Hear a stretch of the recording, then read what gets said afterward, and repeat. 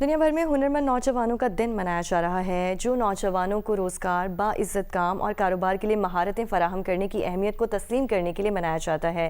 مگر جب بات ہو آرٹ، ڈیزائن، ایسے دیگر شعبوں کی، تو سوال اٹھتا ہے کہ کیا جنریٹ AI ٹیکنالوجی تخلیق کاری میں استعمال ہونا چاہیے؟ تفصیلات دیکھیے ہبہ احمد کی رپورٹ میں۔ تخلیق، اظہار اور جذبات کی زبان، یہی کہلاتا ہے آرٹ۔ مگر اب جدید دور میں الگورتھم اور آرٹیفیشل انٹیلیجنس یعنی مصنوعی ذہانت کو بھی شامل کیا جا رہا ہے۔ جنریٹو AI جیسے ٹولز نوجوان فنکاروں کے لیے نئے راستے کھول رہا ہے، مگر سوال یہ ہے کہ کیا یہ سہولت ہے یا چیلنج؟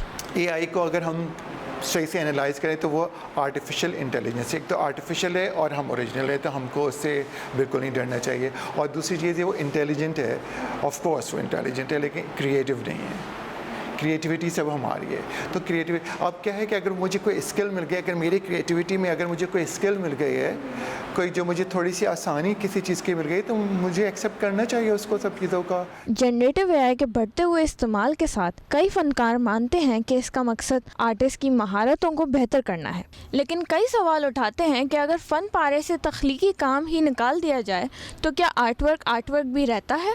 ہمارے پاس اگر ہماری کریٹیو سکلز نہیں ہے تو پھر AI کا بھی کیا فائدہ؟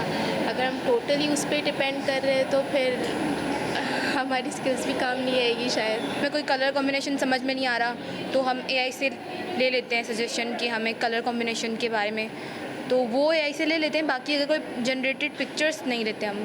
تھاٹ آپ کی ہونی چاہیے، اسکل آپ کی ہونی چاہیے، انڈرسٹینڈنگ آپ کی ہونی چاہیے۔